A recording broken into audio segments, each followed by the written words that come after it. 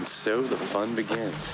In 2003, Quack, damn you. the MythBusters embarked on an epic journey.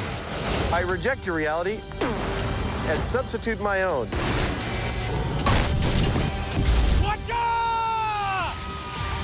Ladies and gentlemen, 70,000 feet. And with the tsunami of science done and dusted, This is it. This is the end. the team is back for one final intimate episode. You ready for the reunion? All 5 hosts reunite Beautiful! It is awesome to sit around this table with you guys. to look back and reminisce. It has been a wild ride, and we wouldn't have missed it. They'll discuss the secrets of their success, It's like science bait. formulas for failure, Well, we did a lot of it. and as they walk away for the last time, what the show meant to them. It has fundamentally changed all of us in really significant ways. It's destiny.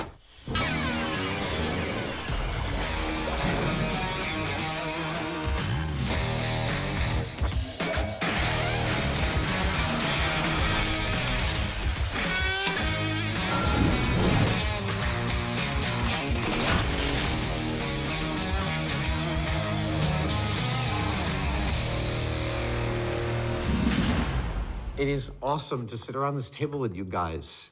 I know, it's kind of weird. It's like we've never actually done this. Yeah, no, I know. We have never actually done this. To start this off, I want to talk about how we became a team. I mean, the 4 of us, we have all worked together, but long before MythBusters. Yeah, industrial light and magic.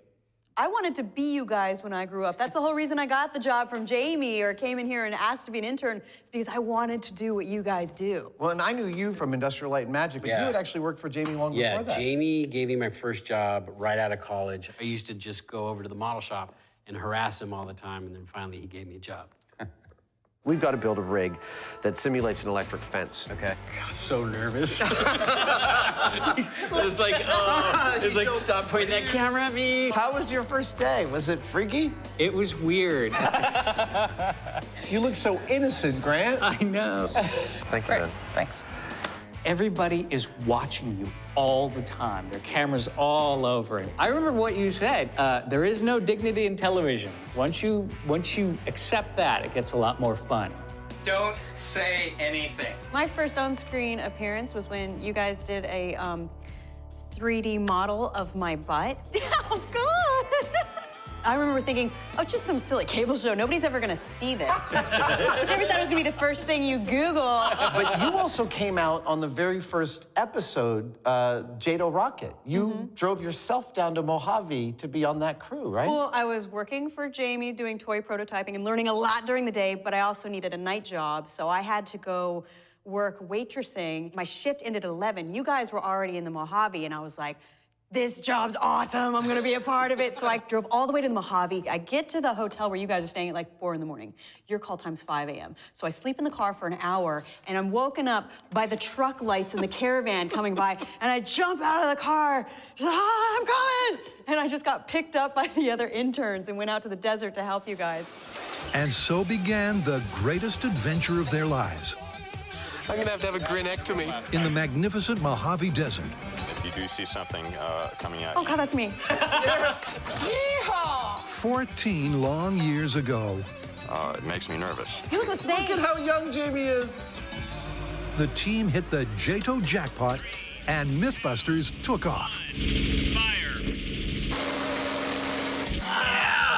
God, I remember that moment. That's so awesome. This really is like we stumbled on the formula for the show, right? When in doubt, make something explode.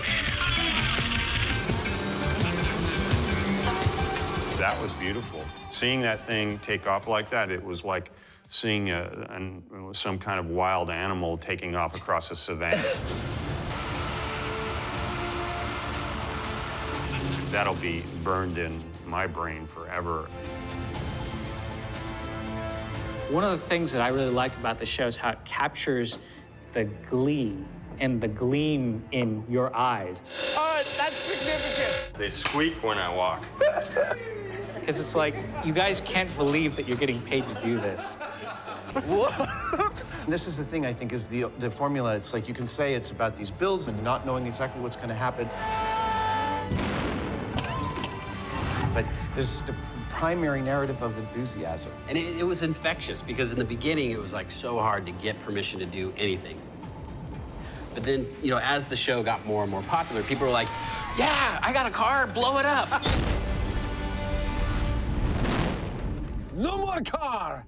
I think I'm gonna have to ask the question because this is the reunion, the question that we always get. What's your favorite myth? Oh, that's hard. I mean, there's so many categories, right? There's stuff that was ridiculously fun for us to do. Ready, hit it. I predict that I'll be dancing on Jamie's intestines in minutes. Then there's episodes that, like, the science was really awesome. Wake up!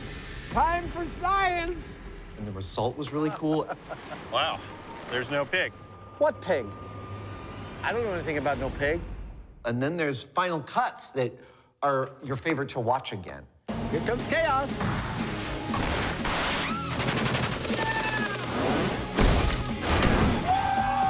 When anybody would ever ask me that, it was always the last thing we had just done. Right. And it was like, what's your favorite myth? And it was like, well, just yesterday we blew this thing up. It was the craziest thing I've ever done.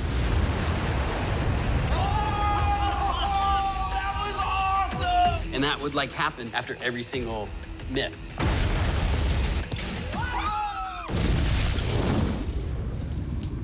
Well, what was your favorite? Each of these episodes have something that are memorable or special about them. Things like the lead balloon, which on an intellectual level, I think that's one of the best things that we've done. It was also such a wonderful exercise in internalizing and understanding contingencies. That is a lead balloon. And then there are other things like the ping pong boat, coming up with solutions that are so diabolically simple to address a complex problem, and then just sitting back and watching it work.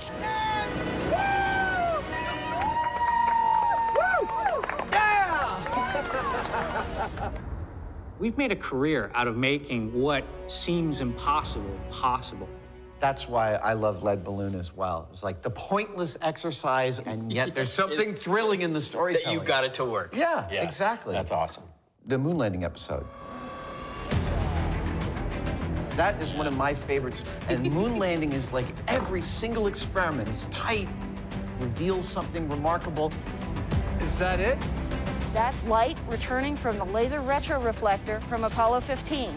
Is interesting to watch, and you know, we even accidentally provided fodder for moon landing deniers because we made our moon stuff look so good.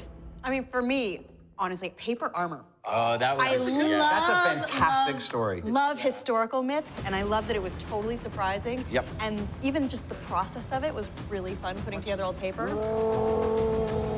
That's the one where I was genuinely jealous watching the build. Oh, I wish I could do that. And the fact that paper is stopping weapons. I know. Which was like mind-blowing. You're like, wait, what?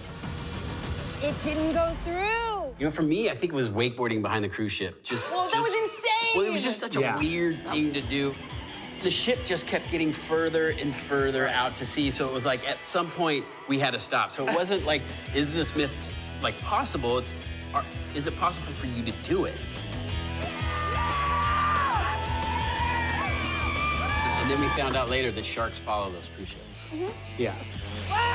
Something just touched me!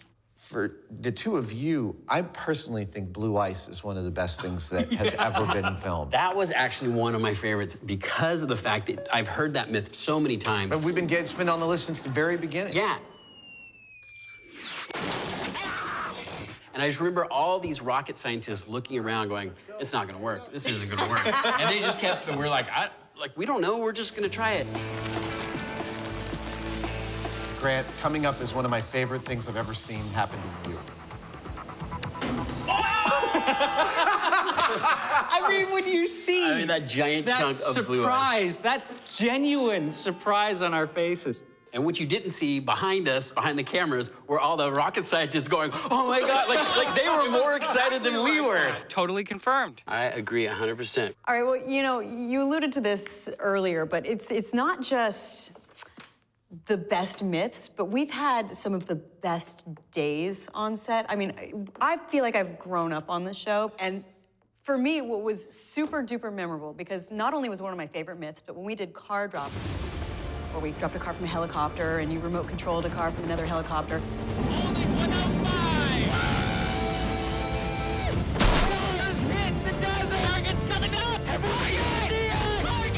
I remember just being really, really emotional about this myth, and like I was like running around just like hugging you guys because it went well. We did it!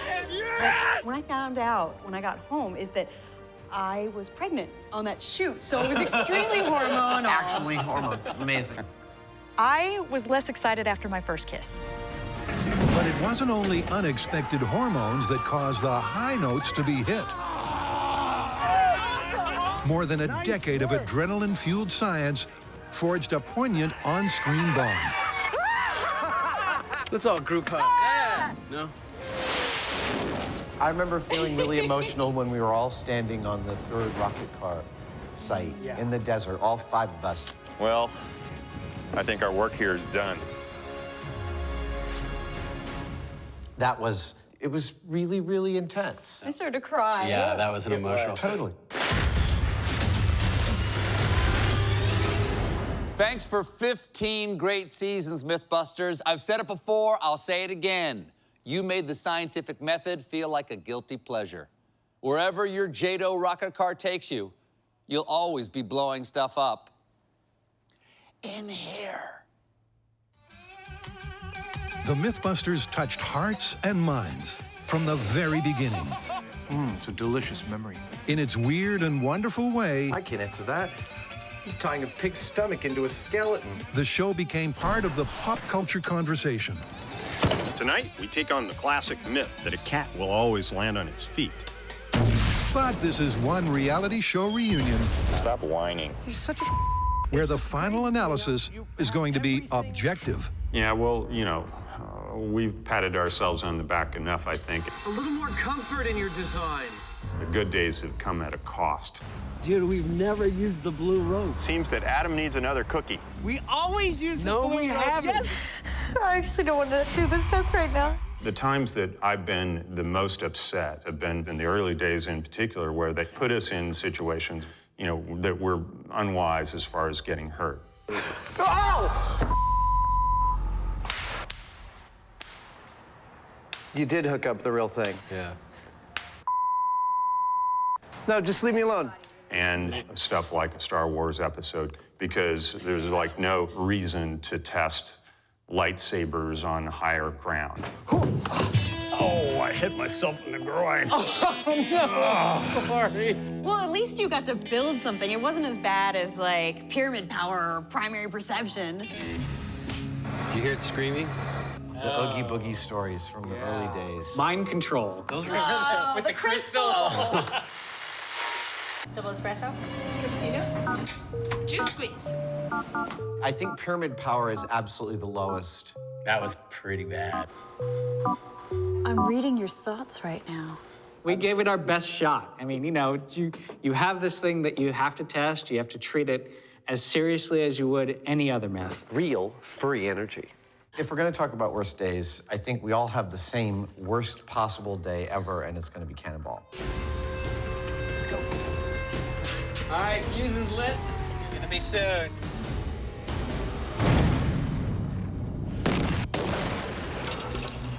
Oh, Cannonball. God, Absolutely. That was probably one of the most terrifying days on the show. The popular MythBusters TV show had an accident, shall we say. The crew fired a cannonball. It smashed all the way through a nearby house and then through the window of a minivan outside. We were at the bomb range, took the shot with the cannonball, which we've been doing all day. Every other cannonball went into our catcher and our hill, and then the fire department showed up about 20 minutes later after this last shot, and they're like, "Are you guys shooting cannonballs?" And we're like, well, yeah. They're like, because one landed in a neighborhood, and we were like, half a mile away. And the news choppers showed up, and we were like, what is happening? They were camped out front here, too.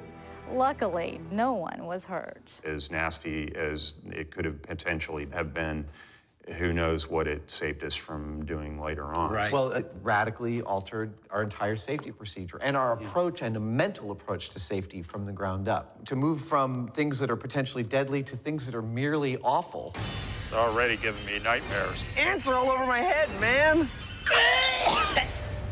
What's your most uncomfortable day, Carrie?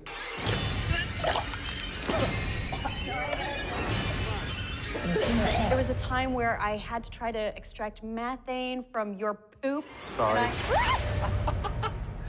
And I had to handle that in a bag, but I mean, the one that was the most... Oh, boo-hoo, I pooped in a spin bag. That's so gross. Yeah. The most traumatizing by far was the scorpions. They put like 40 scorpions on me. And I happened to paint my fingernails the color of their food. So they started biting my fingers. And because of that, when I get for real scared, I uncontrollably either shake my hands or feet. I can't stop shaking my foot. I can't stop shaking my foot. Stop it. I can't stop it. It was the worst. I think for me, probably every time I get injured on the show. You are a Which is little like accident all prone. the time. Oh! God, oh my God. How did you not get horribly hurt? I'm okay. You slid across the runway on your face. If it had been a BMX bike, I would have made that easily.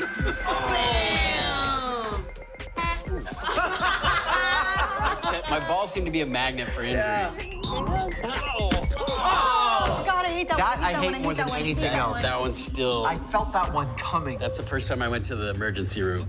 Oh, God! Why would you do that? You guys were tasing each other every morning for a few months, right? It was like a coffee.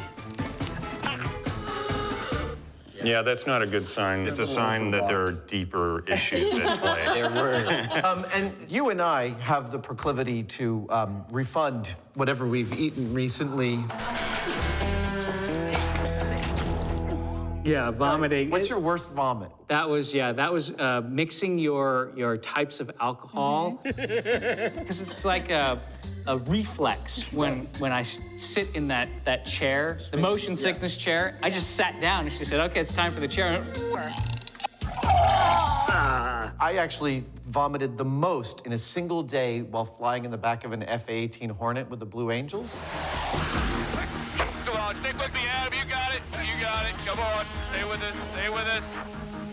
We got it. Come back. You with me? I'm with you. I'm almost passed out there in a second. And shockingly,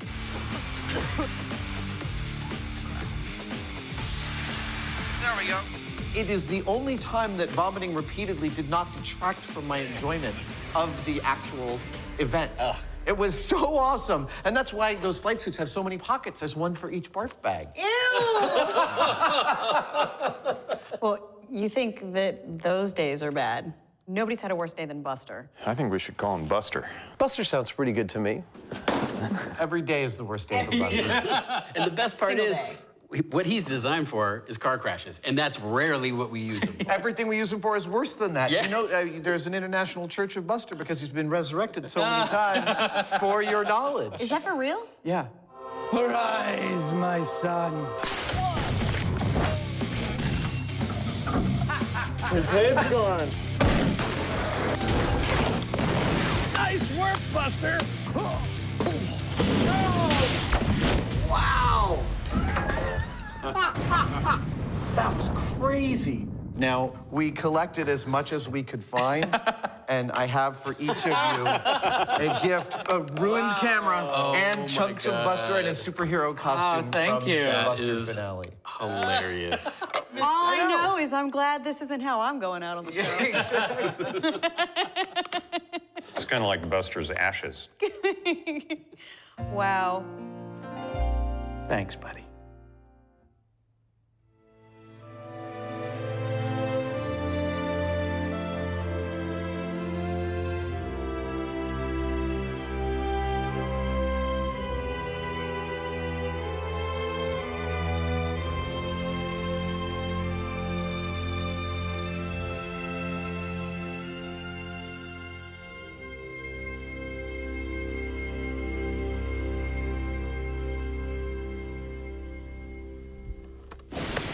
You know, for the last 14 years, people have seen us as a team working on things, but there is a whole other team behind the scenes that are getting the job done. Indeed. It is not just us, that we are supported by an amazing group of real polymaths who have broad ranges of understanding. Each has their specialty, and they're all just as thrilled about the results as we are. Do you guys have favorite moments where the larger MythBusters family made myths happen? And many a time we were here till 3 o'clock in the morning where the sound and the camera put their equipment down and started helping us out. Lego ball? Lego ball. Weeks, right? Lego ball was insane. Everyone's still a little traumatized from Lego ball. We were working on it for like 7 days a week, around the clock, and people were just taking shifts. It took forever. Over 1 million Legos, Over the million right? pieces. We exhausted the North American strategic Lego supply. Let's get the ball rolling. And we were like so pumped up when we were testing it. We're like, what if this ball gets out of control? How are we gonna stop it? All these contingency And then we pushed it down the hill, and like seconds later, just disintegrated into nothing. You have to plan for it, though. You do, but it was just such a letdown. I have a great example of above and beyond. We were doing the original fart story, and I had built this elaborate device to capture and hold on to farts. So you could actually fart into it, and you'd store it in a jar. I don't know why you didn't just use a balloon, stuck it in your butt. So you had to get into the bathtub, fart into this upside-down funnel, and capture it. And the cold water was not very conducive for creating gas. Nothing. And I was not being very successful. And our producer, Alice, goes, right, everybody out of the room. She got down to her skivvies, got in that bathtub, and generated 4 bottles of fart smells. That is above and beyond the call of duty.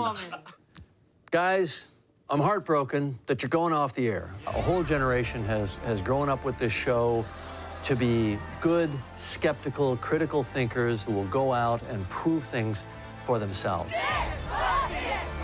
You've taught to an entire generation to be skeptics, to think it through, to analyze it, and to know that the only truth that we really get from the world is what we can go out and test and make happen. Is that beautiful or what? It's this little thing I like to call a scientific method. So you've performed a great public service. Thank you for that.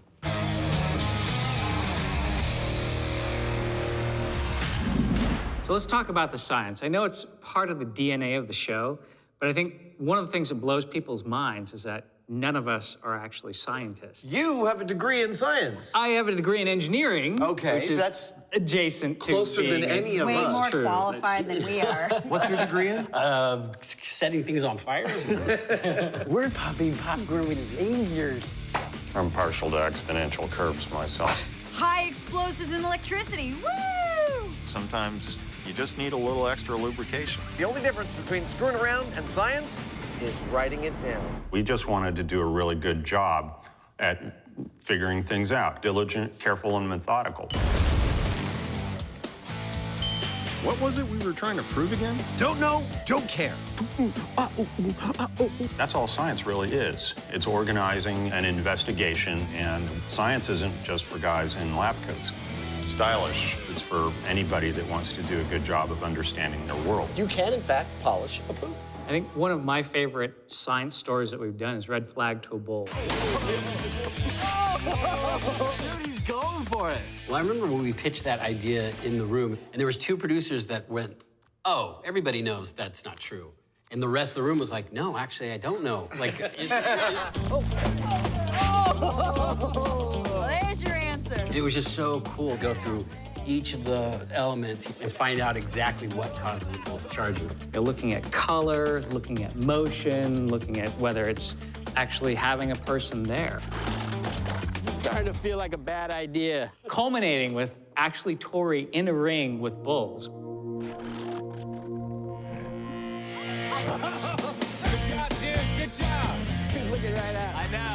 Early on, we had a story called Bullets Fired Up. Will a bullet fired into the air kill you when it comes back down to the ground? And in the research we found, the most extensive study done on this was written about in a book called Hatcher's Notebook, a famous ballistics textbook.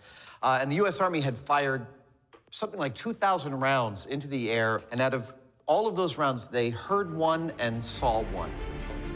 We went out to the desert with a methodology is going that way. Fired a handgun 11 times into the air.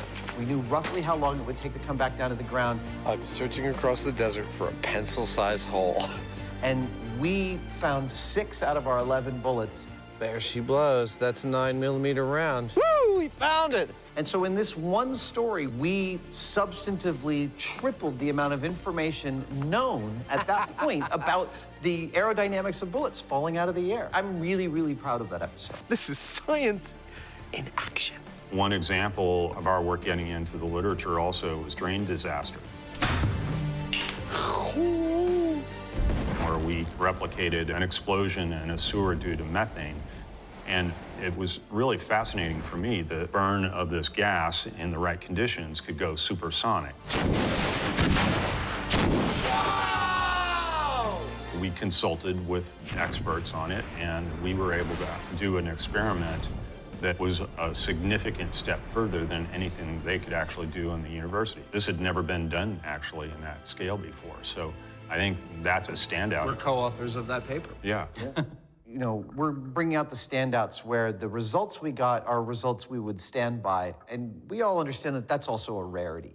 I mean, we know that within the concision requirements of making a television show, doing one iteration and calling it is not in and of itself science. But one of the things I'm most proud of is the methodologies. When the methodologies are robust, even for something ludicrous like bull in a china shop. You guys go to genuine experiment, and then the result is mind-blowing. Whoa, he's getting right through the shelves without knocking over a single piece. That was cool. Yeah, or like, you know, are elephants afraid of mice? That, to me, still to this day is just like, the cartoons are right. Like, Elephants are afraid of mice. So how does failure come into it for you guys? We did a lot of it. Yeah. And it's all on camera. Yeah, you do, but we learn a lot from it. I just wanted to let you know I had a little accident, punched a small hole through the wall. That's one of my favorite things, is that we show it as a messy and creative process. Wow. And we screw up, and that's part of the journey. You know, for me, you know, if we haven't failed at something, we haven't really learned anything.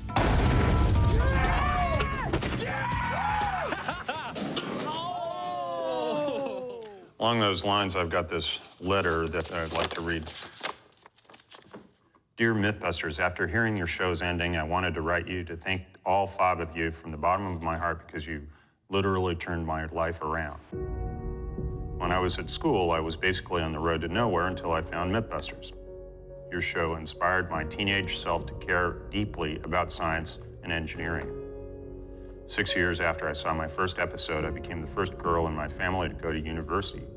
And now, 4 years after that, I'm about to start a master's in chemical engineering. You've been fantastic role models, and I cannot thank you enough. Your show literally changed my life. It's really dusty in here. That's incredibly sweet. It's very humbling. Congratulations, and thank you for the difference you have made to young scientific minds all around the world. When in doubt, C4. Oh, my favorite myth was the original astronaut, Juan Hu. I think Buster, AKA Juan Hu, is ready for his launch. Who did not do enough testing in the lab.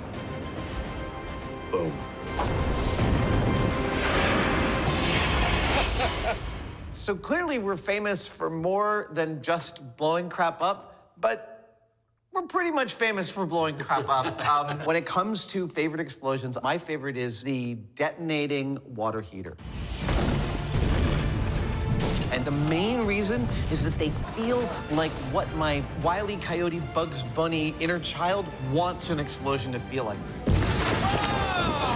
Like it's slow and I have time to savor it. I like the fuel ones, like the air fuel mixtures. propane tank, Yeah. because it looks like the movies, like it's supposed to look. Big, fiery, puffy clouds. Terrifying. All right, for me, it was black powder shark. And it required a huge amount of explosive because we were moving all this water. Do you remember the first 2 attempts to set that off? Nothing happened? Yeah. And it was like 3, 2, 1.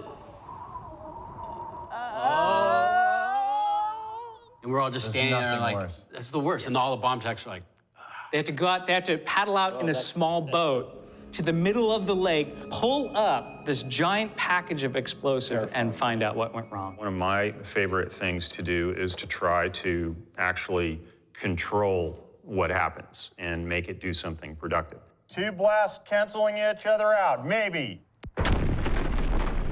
Taking this destructive power and chaos and being able to mold it and shape it and form it into something that has an end result. I love that about MythBusters is we're not blowing things up just for the sake of gratuitous explosions. It's a tool. Like, we are using explosives as a tool to push this experiment. It's either a tool of experimentation or a tool of storytelling. Yeah. Jamie and I got introduced on an Australian radio show, and they said MythBusters is a Trojan horse of reason hiding behind a thin veil of explosives. It's like science bait instead of jail bait. That's another interesting. That is I think we should stop right there. I think that's perfect. All right, let's cut to a montage. Okay. Everybody, say it with me. Jamie wants Big Boom.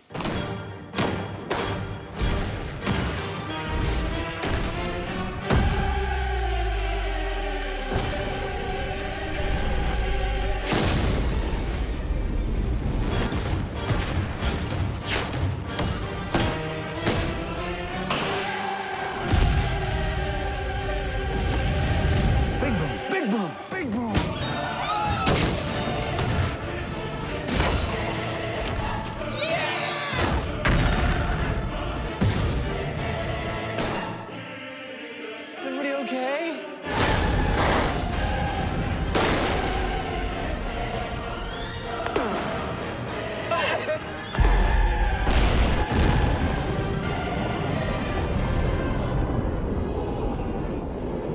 That's what we do on MythBusters. We blow crap up. What's this I hear? You're not making MythBusters anymore? Wow. No, I'll have none of that. You just began the show 14 years ago. So, no, get back to work. I can't even fathom a world without MythBusters. You know why? Because you help bring civilization to a state of rational thought of how to analyze claims about what is and is not true in this world. But I'm expecting you to go on to greater things. If there is such a thing that's greater than MythBusters. Wow. Yeah. That was amazing. That is really cool. One of the cool things about us all getting back together again is that we can talk about things that only we can talk about with each other, like the doors that have been opened from this little scrappy cable show. Yeah. All of a sudden, we're getting into places that are amazing. It's a portable hug.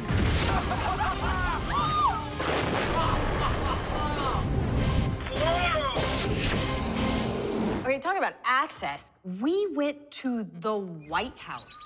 Good to see you. Welcome to the White House. And as Jamie likes to point out, we were testing poop hitting a fan the day before. And then, the next day, we were shaking hands with the president. Did you wash those hands? We did. Okay. Well, actually, we're there loading our equipment in, and the Secret Service is running the sniffer dogs past, and Jamie turns to me and he goes, "We were at the bomb range 2 days ago. How are we not lighting them up like a Christmas tree?" And I'm like, "Shut up! Just be quiet." Southgate needs a little more security, everybody. My personal favorite is getting to fly in the U-2. Wow, we're already lifting. That's crazy. Whoa! Wow! That Beale Air Force Base invited us in. They only let one civilian take that ride every couple of years. Holy cow! The men and women that run that program and have been running it for decades are super dedicated. They were totally amazing. Right now we just passed the top of Mount Everest. And they gave me and thus our viewers an experience that very few people ever get. The sky has gotten to be a very, very dark blue. What an unbelievably beautiful day. Yeah. Aside from the 6 astronauts on the space station, we are the 2 highest humans off of planet Earth. The opportunities that this show has afforded us are extremely memorable. This is not a bad way to spend your day. I mean, for you, it was that ride, but I have learned so much, especially from you, Jamie. I have learned so much about building from you. We've gotten to do some really cool stuff. Decapitation hazard, everybody.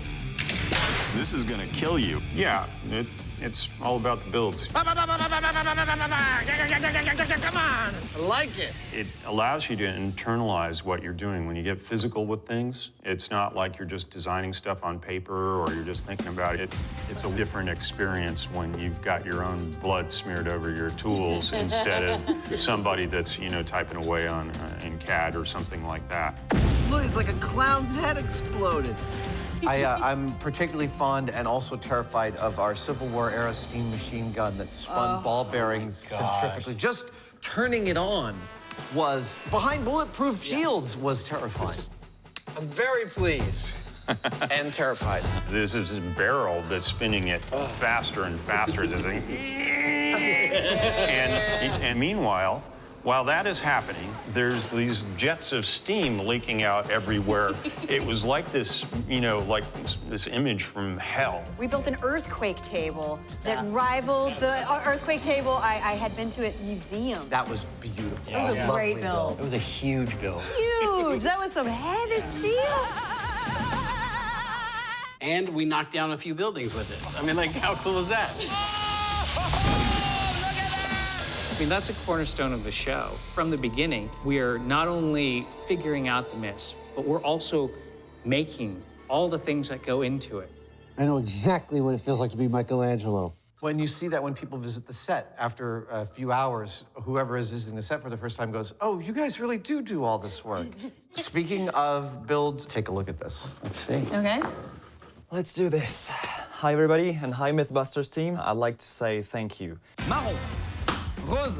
I mean, I wouldn't have had the inspiration to actually believe that tinkering and creating can be a job.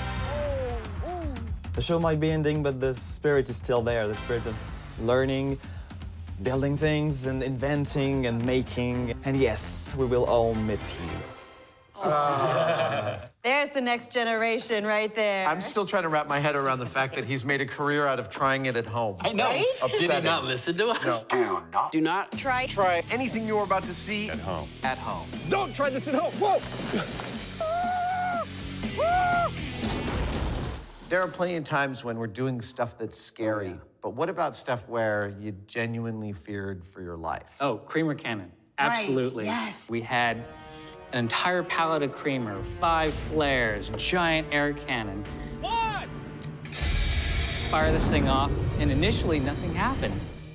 And then it roared to life. So we're standing not quite far enough back when it just started coming at us, making that A roar, a physical roar. What about the time when we tried to raise the little kid with helium balloons? That wasn't dangerous, but no, what that happened... part was the safe part. Right. Oh my God! It worked! So if balloons got up into the rafters, his solution was to shoot them down with the BB gun. It's a fine solution. The problem was a lady heard somebody was shooting guns, and 2 cop cars pulled in, and instead of dropping the gun, our safety officer starts running towards them going, it's a BB gun, it's a BB gun, don't worry. And then that's when they drew the guns on all of us, and we all had to get down. including the little girl. We're all face down on the ground. That's twice on this show that I've had a gun drawn on me. Right, the other time is when we had the fake bomb, which it looked like it was a cartoon bomb, right? Candygram. So I'm literally standing outside the door, waiting for them to call action, and I hear, put your hands up. And I thought it was the owner of the house, so I turned around smiling, and there I am holding a bundle of dynamite. No. And there's 2 cops with their guns drawn on me, and I was like, we're on MythBusters making a show, and I dropped the thing, and I'm like, producer's in there. I was like, oh my God, don't shoot, please don't. My scariest moment ever is Underwater Car, the second one. Absolutely terrifying. Here we go. It was terrifying watching you go through that. What Adam didn't know is that as frightening as his experience was, it had an astonishing real-world impact. Well, it was a typical day. It was right before Easter. And I got up and got Emily up and got her ready to go. I left about 4:30 in the morning. And I got about 3 miles down the road. And I hit a patch of slushy snow and went off and into the water.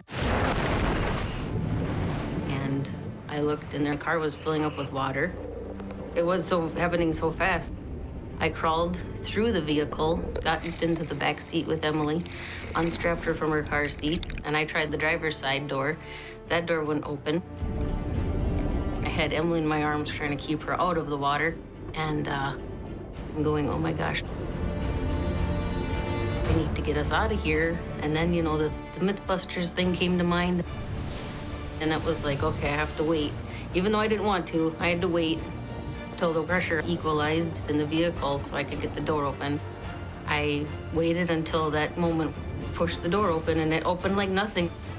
And I kind of swam, walked, and I kind of held Emily above my head to keep her out of the water and got onto the road.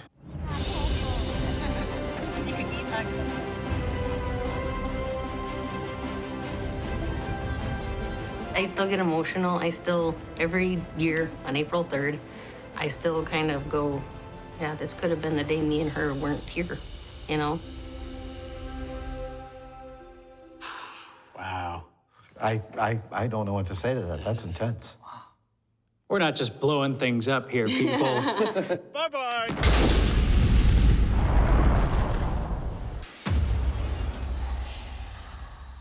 Okay, so we all got into this as a job. You know, it's a TV show, it's entertainment.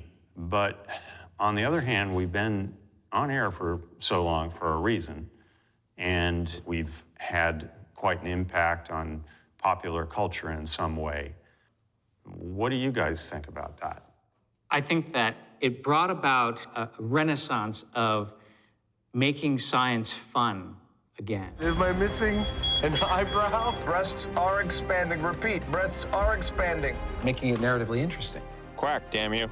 Yeah, something that people could relate to.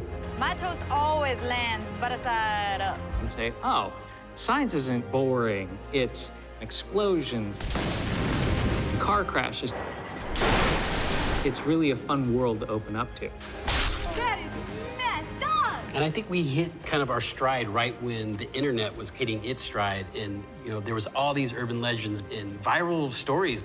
All of a sudden, everyone was like, wait a minute, is that true or is it not? So we kind of came in at the perfect time. And we came along just when geeks started being cool. I wouldn't say Jamie's an evil genius. Say hello to our little friend. Go get him, boy.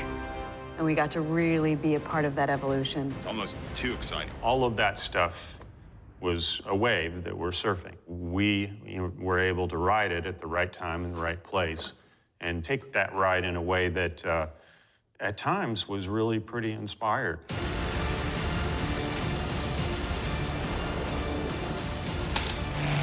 I definitely like science better when it's got a view. Absolutely. Carrie, you have done so much to inspire girls and women to realize that they can follow the thing that they're interested in. You know, people ask us all the time, how do we get girls interested in science? And my response is, stop asking me. Go ask a little girl. They're the most natural scientists you'll ever meet. We also have the most amazing fan base. They have really supported us, and they are an above average group of people. And they are the reason why our show lasted so long. Because in the beginning, it was just a small group, and it just got bigger and bigger. Well, speaking of MythBusters resonating with fans, we have a video that bears directly on that. Let's take a look. I am a big fan of the MythBusters. I've even had them over to the White House a few times. Now, come to think of it, they never let me blow anything up, but I'm still gonna miss them. I'm grateful for the time they proved that, yes, America did actually land on the moon. And for the time they came to the White House to debunk the Archimedes solar array. That was fun. So after more than 1,000 myths tested, after more than 900 explosions, after 83 miles of duct tape, I just want to say thank you to Adam, Jamie, Carrie, Tori, Grant, and all of the MythBusters team for entertaining us these 14 years. More importantly, thank you for inspiring so many of our young people to ask the big questions about our world and to seek the answers through math, science, and engineering. It's going to make a real difference to America's future, I promise. We'll be better off because of you. But the Secret Service will rest easier without you around on our South Lawn. Congratulations on a great run. Wow. Wow. That's cool. That is kind of intense. Yeah. I gotta say, it means so much that you guys came back to sit at this table to help us say goodbye to this show. MythBusters would not be MythBusters without the three of you, without the five of us. And it's vital that you came back to say goodbye, and I really appreciate that. Well, it has been a wild ride, and we wouldn't have missed it. You know, when something's a part of your life for so long, it's hard to say goodbye. So, thanks for the chance to say goodbye. Jamie, thanks for giving me a job. Me You're too. right, it did change my life. Absolutely. It has fundamentally changed all of us in really significant ways. And to the fans, we would not have been able to make this show without your enthusiasm, your support, your encouragement, your ideas, your criticism, and your comments have all made this show what it is. And it would not be here without you. So we thank you as well. Thank you. Thanks, everybody. I'm Jamie Heineman. And I'm Adam Savage. We're going to find out what happens when you strap a rocket to a '67 Chevy. Oh, yeah.